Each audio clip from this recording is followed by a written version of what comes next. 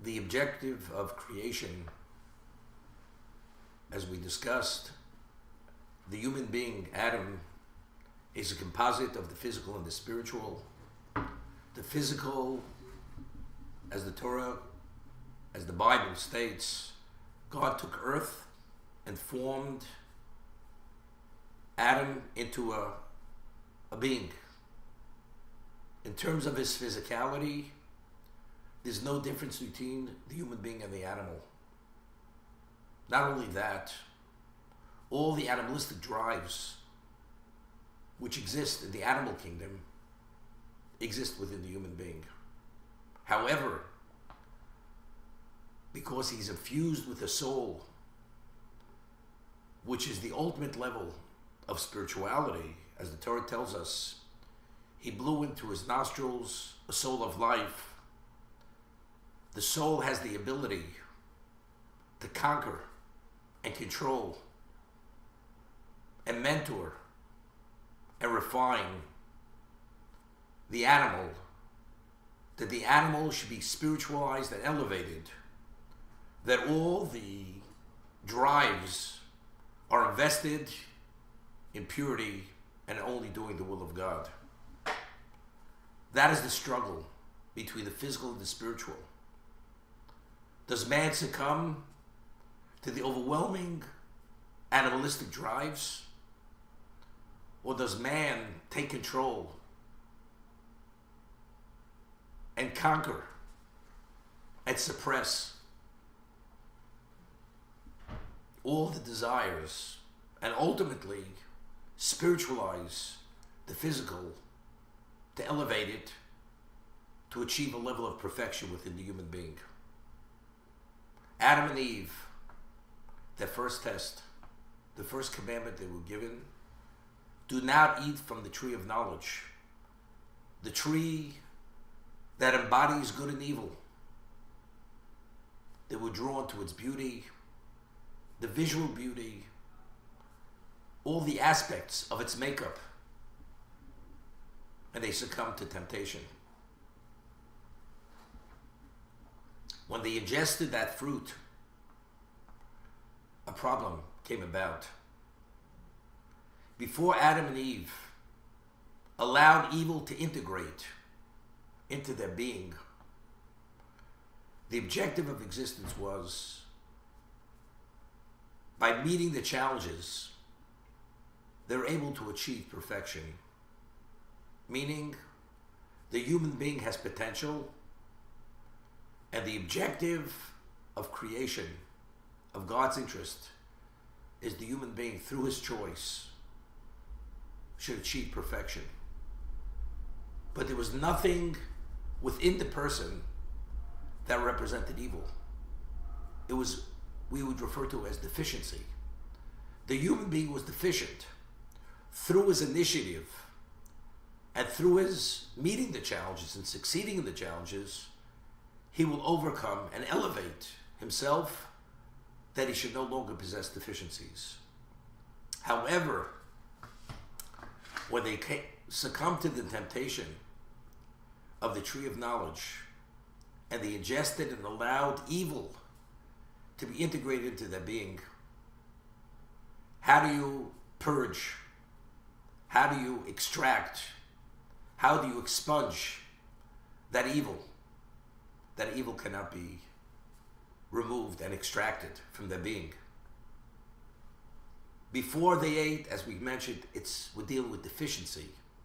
You're not there yet, but ultimately, with sufficient initiative, you will raise your level.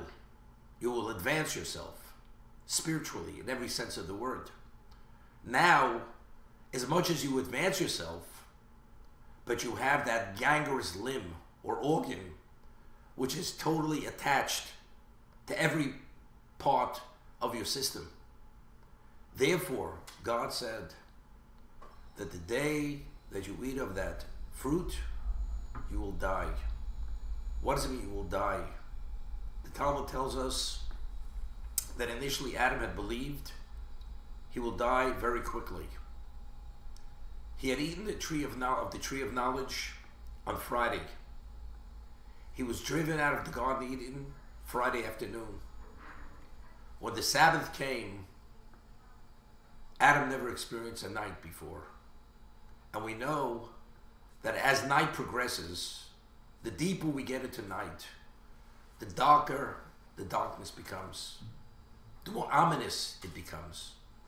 Adam believed that the world getting darker was just a question of approaching death. And as he went deeper and deeper into night, he believed he was nearing his demise. And all of a sudden, he was taken by surprise. When dawn came and sunrise came, he realized that night was not a manifestation of the sin, but rather that is a function of existence. There's day and there's night.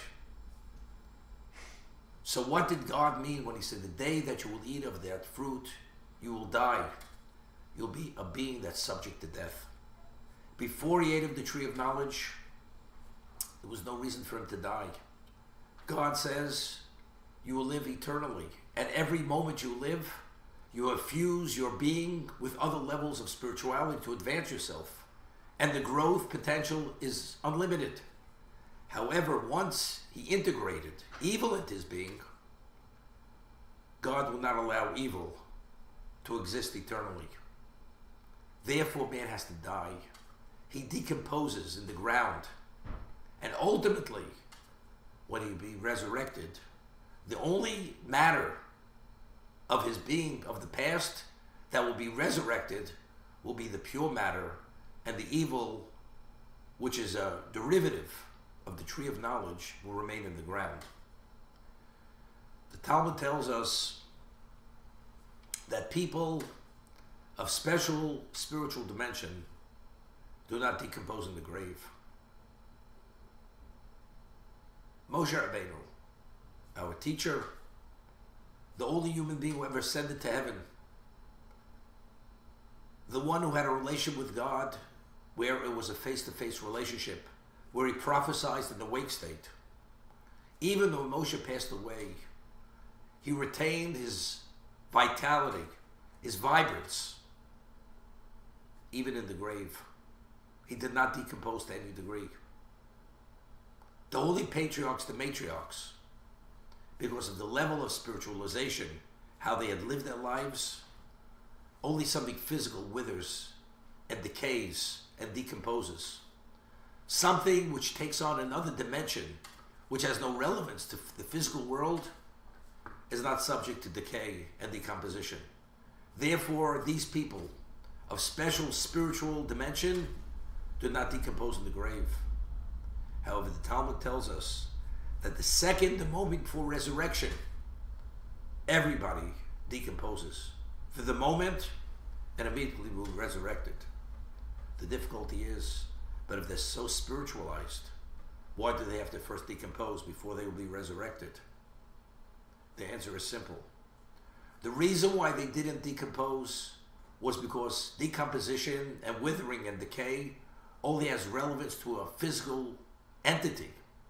They are not physical entities. They are spiritual beings. However, the evil that exists within them, and this is the reason why they had to die, because this cannot exist eternally. That evil has to be somehow extracted from the being. So the concept of resurrection is to be part of the eternal existence. But if you possess that evil, you cannot be part of that eternal existence, even if you're Moshe, even if you're the patriarchs or the matriarchs, as special as you are. Therefore, the moment before resurrection takes place, everything reverts back to dust, and instantaneously it's resurrected to become the being that they were without that element of evil, which is a derivative of the tree of knowledge.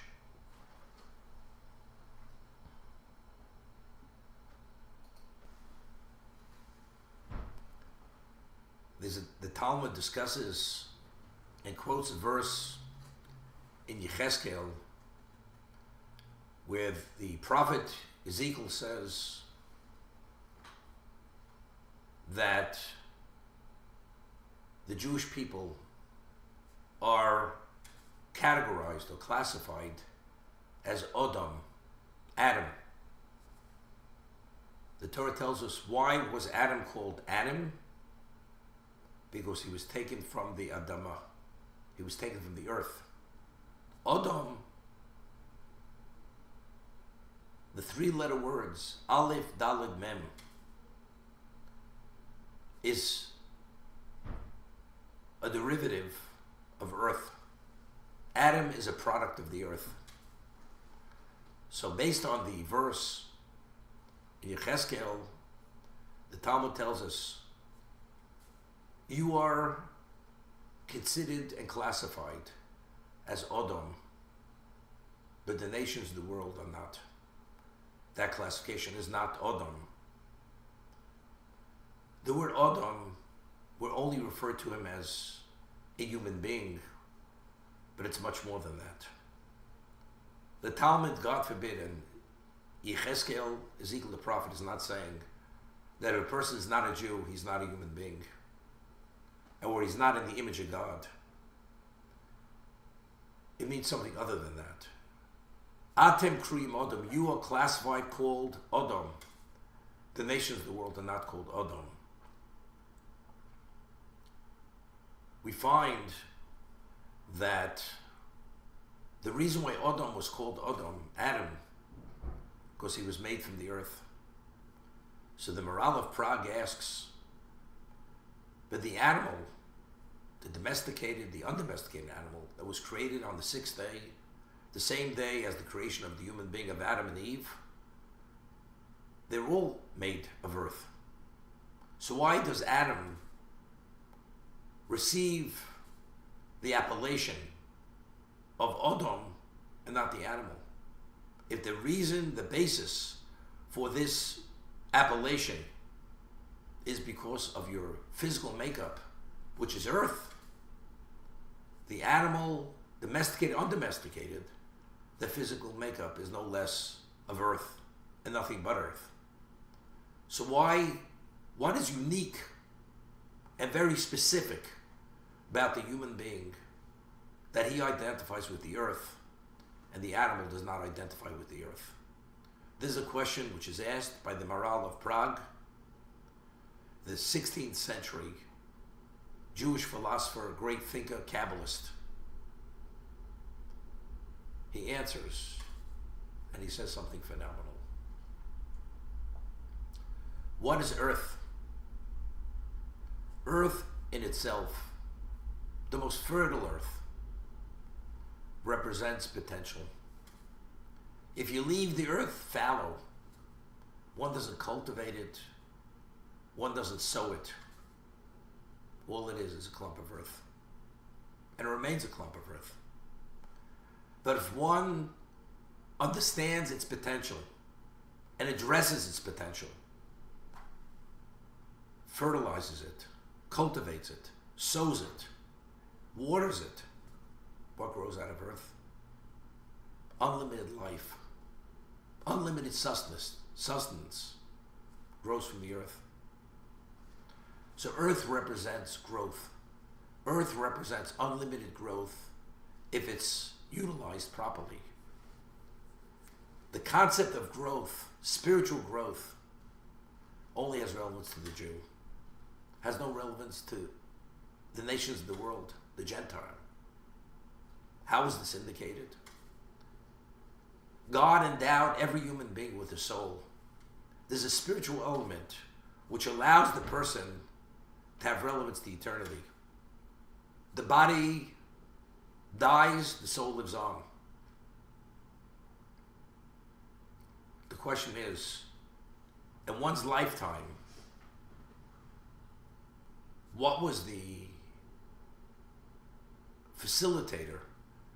What was the catalyst that allowed the soul to go into a growth mode? If you analyze the 7 Noahide laws, every one of them is a negative commandment.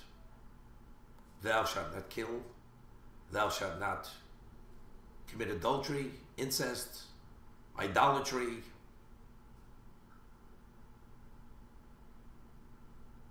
eating a limb off a living animal.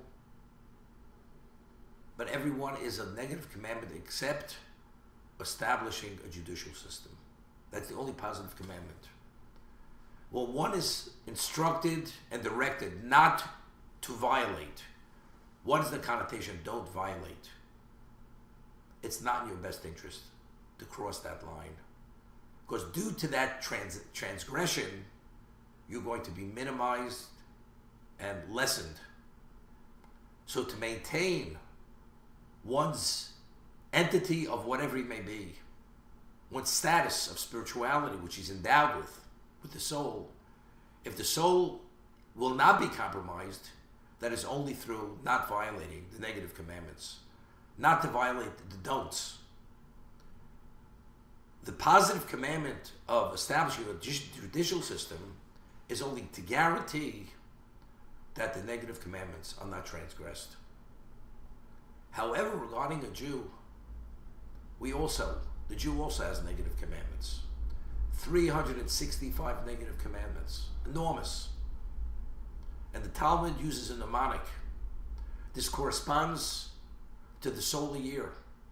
The solar year has 365 days in its calendar. There are 365 negative commandments, which are similar to the 365 days of the year, which we're going to discuss in a moment. There are 248 positive commandments. Positive commandment means do. What is a do commandment? When we do something, this is how we advance. It's more than to retain and maintain what we are and not to be diminished, but rather God gave us the means, which we refer to as commandments, to advance our spirituality, to achieve a level of eternal growth that we should be part of eternity at this more advanced level. We become the makers of our perfect state. That's what we'll discuss in a moment. We discussed in the past that man to have a greater relevance to God, we must create a commonality. There must be a compatibility with God. If man has no relevance to spiritual growth, to doing anything, it's only to maintain what he's endowed with. What did he contribute to his being? He contributed nothing to his being. Because whatever he is, that was an endowment. Choice is not to diminish. But if he chose not to diminish, whatever the end result is, it is what he's endowed with, initially, by God. So he's not the maker of his being. Similar to as God is what he is because he is what he is. The Jew, to create that commonality, that compatibility, God gave us 248 positive commandments. And each one, we achieve perfection within the human context, within the spiritual soul context. If we choose to do the correct thing, as prescribed by God through the Torah, we are the makers of our own fate.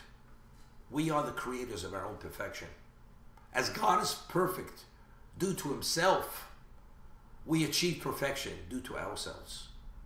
Therefore, we established that compatibility and that commonality with God to be able to cleave to God. The non-Jew, on the other hand, cannot cleave to God because he is not a maker of his own spirituality.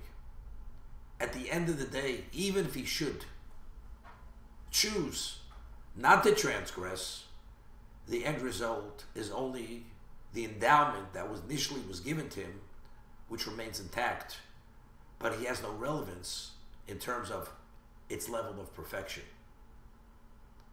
But there is a concept, there is a way that even the non-Jew is able to have relevance, direct relationship with God, to cleave to a degree.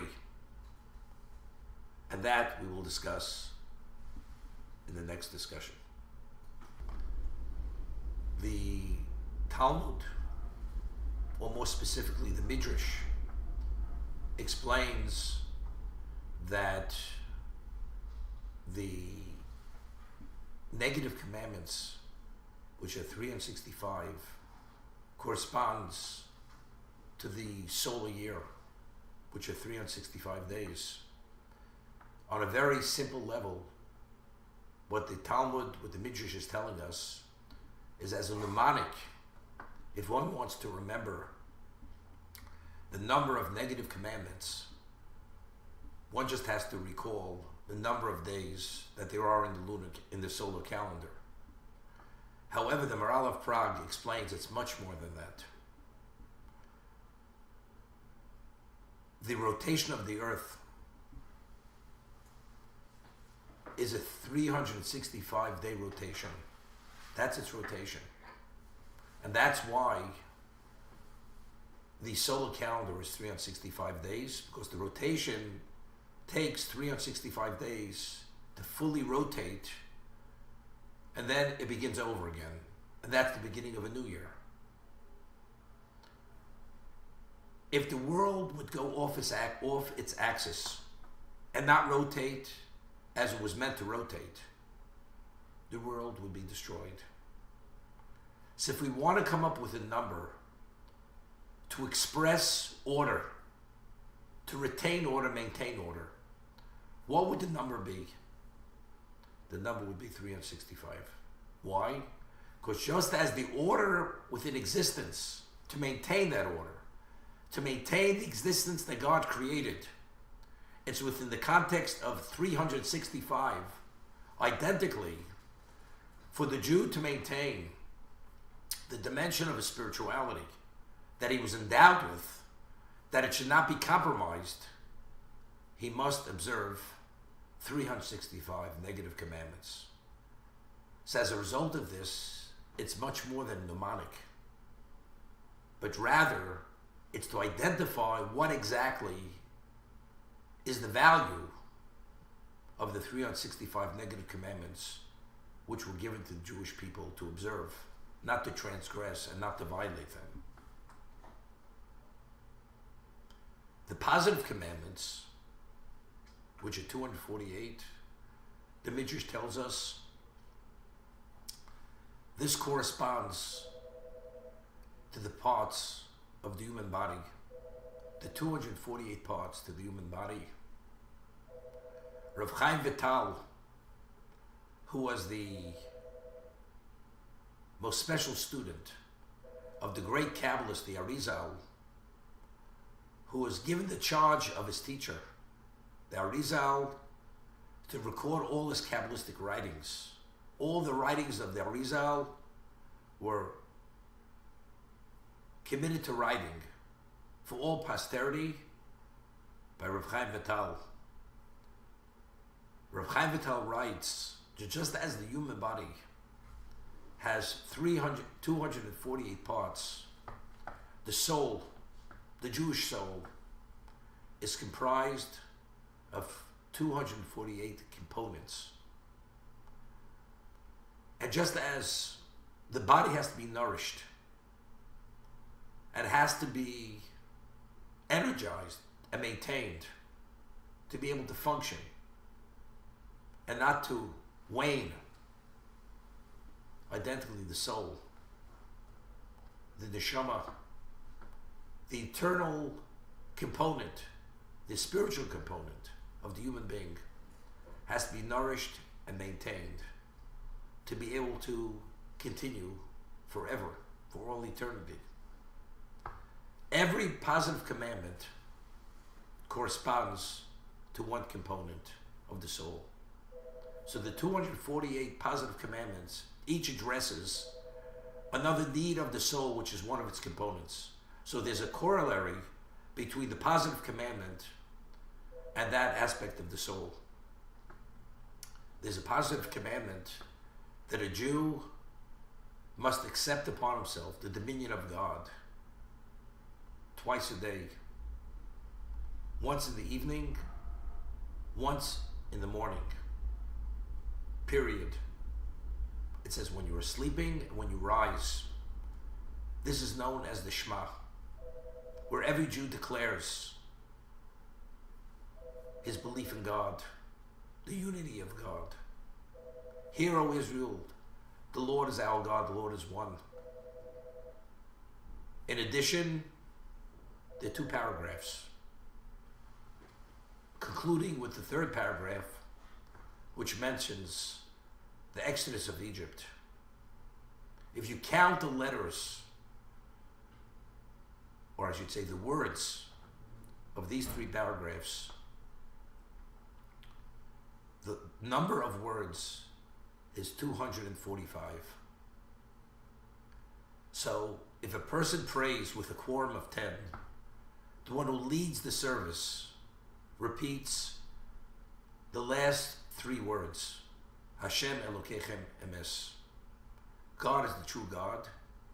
So this adds to the 245 words to bring the number to 248. If one prays by himself and says the Shema as an individual, you must declare your belief. It's introduced with three words, Kel Melech Neman. These three words are added to the 245 words to make the number 248. Why?